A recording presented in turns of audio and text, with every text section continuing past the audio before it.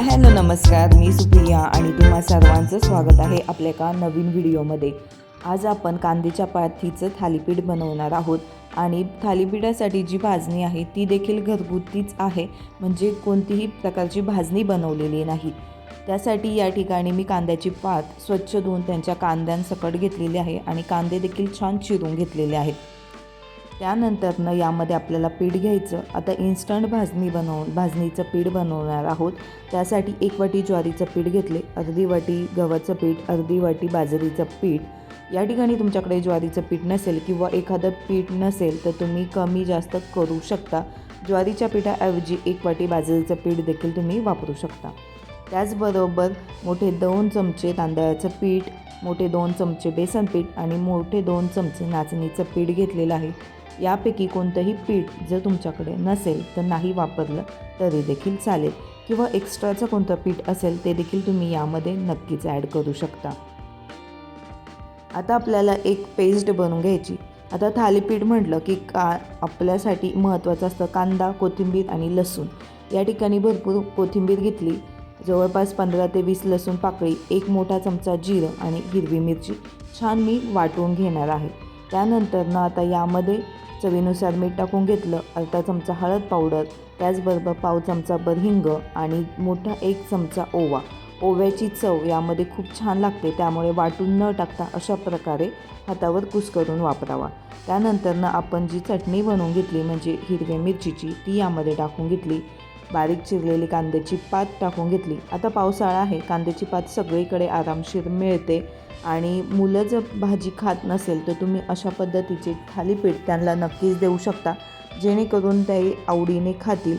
आणि थालीपीठ ही अशी गोष्ट आहे की तुम्ही नाश्ता म्हणू शकता, रात्रीचं जेवण, दुपारचं जेवण कधी देखील खाऊ शकता।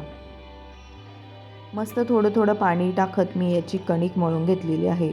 ज्या पद्धतीने तुम्ही भाकरीसाठी पीठ मळता किंवा बनवता त्याच पद्धतीने हे पीठ मळून घ्यायचं आहे। खूप जास्त पातळ नाही आणि खूप जास्त घट्टही देखील नाही, अशा पद्धतीचं हे पीठ आपलं बनवून तयार झालेलं आहे। आणि यावर थोडंसं तेल देखील टाकून जवळपास अर्धा तास किंवा 15 ते 20 मिनिट साईडला ठेवून देऊ शकता मुरण्यासाठी। आता जवळपास 20 मिनिट झालेले आहेत आणि आता आपण हे पीठ जे आहे ते चेक करून घेऊयात। मस्त तयार झालं आहे। आता थालीपीठ थापण्यासाठी मी एक कॉटनचा रुमाल घेते। कोणताही कॉटनचा रुमाल तुमच्याकडे असेल तर तो छान भिजवून या ठिकाणी वापरायचा आहे आणि त्यानंतर यावर थोडंसं पाणी टाकून घ्यायचं। काय होतं, थालीपीठ रुमालावरनं तव्यावर पटकन पडलं जावं त्यासाठी हा रुमाल छान मस्त ओला असावा। आणि एक गोळा घेतलेला आहे पिठाचा, थोडासा पाण्याचा हात घ्यायचा आणि त्याने हे थापून घ्यायचं आहे। लक्षात ठेवायचं, खूप पाणी लावायचं नाही आणि खूप कमी देखील पाणी लावायचं नाही। खूप पाणी लावलं तर तुमचं ते पीठ पातळ होऊन ती थालीपीठ रुमालावरनं तव्यावर पडणार देखील नाही। आणि मस्त अशा पद्धतीने बोटांच्या साहाय्याने थालीपीठ छानपैकी थापून घ्यायचं। जे रेग्युलर थालीपीठ बनवतात त्यांना माहीतच असेल, थालीपीठ थापून झालं की कडेने असं पाणी सोडायचं, जेणेकरून त्याच्या कडा मोकळ्या होतात। आणि मध्यभागी आणि साईडने असे हे गोल करायचे, होल पाडून घ्यायचे, जेणेकरून त्यामध्ये तेल सोडलं गेलं की छान खरपूस हे थालीपीठ भाजून होतं। आता पहिल्यांदा तवा मी गरम करून घेतलेला आहे। नॉनस्टिक नसेल तरी चालेल, कोणताही तवा तुम्ही भाकरीचा असू द्या तो या ठिकाणी वापरू शकता। मस्त तेल लावून घेतलं, तेल सगळ्या बाजूनी पसरून घेतलं की यावर हे थालीपीठ सोडून घ्यायचं। थालीपीठ सोडताना असं हाताने प्रेस करायचं आणि वरनं पाणी असं थोडंसं लावायचं, जेणेकरून इझिली ते थालीपीठ व्यवस्थित तव्यावर पसरलं जातं आणि हे तुम्ही पाहू शकता। आता जे होल केलेले आहेत त्यामध्ये तेल सोडून घ्यायचं आणि साईडने देखील यामध्ये तेल सोडून घ्यायचं आहे। खरपूस भाजून घ्यायचं मीडियम फ्लेमवर। आता झाकण ठेवूयात आणि झाकण ठेवून हे थालीपीठ भाजून घेणार आहे। एक साईड भाजली गेली की पलटी करून घ्यायचं आणि दुसरी साईड देखील भाजून घ्यायची। छान पहिल्यांदा, आता हे पहिलं थालीपीठ आहे, छान पहिल्यांदा असल्यामुळे ह्या कडा ज्या आहेत त्या मोकळ्या करून घ्यायच्या आणि हे पलटी करून घ्यायचं आहे। पलटी झाल्याच्या नंतरनं व्यवस्थित खालची बाजू, नंतरनं तुम्हाला हवं तर वरची बाजू व्यवस्थित खरपूस भाजून घ्यायची। आणि अशा पद्धतीने दोन्ही साईड व्यवस्थित भाजून गेलेले आहेत आणि या ठिकाणी एक थालीपीठ रेडी आहे। अशाच पद्धतीने बाकीचे देखील करणार आहोत आपण।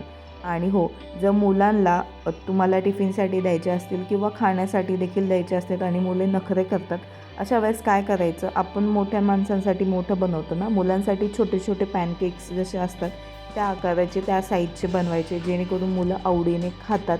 त्यांना जास्त जबरदस्ती देखील करावी लागत नाही. आणि पाहू शकता मस्त खरपूस भाजून तयार झालेले आहेत. हे थालीपीठ गरम गरम खूप अप्रतिम लागतात. आणि थालीपीठ असं आहे की ते तुम्ही डायरेक्टली खाऊ शकता. सॉस, चटणी काही गरज लागत नाही. तरी देखील लोणी किंवा दह्यासोबत देखील खूप छान असे लागतात. आणि ह्या ठिकाणी मी मुलांसाठी असे छोटे छोटे पॅनकेकसारखे जे देखील थालीपीठ बनवलेले आहेत, जे पाहून त्यांना खाण्याची इच्छा नक्कीच होईल. जर भाजी भाकरी खात नसेल तर अशा पद्धतीचे थालीपीठ नक्कीच बनवून देऊ शकता. रेसिपी आवडली असेल तर ट्राय करा, लाईक करा आणि शेअर करा.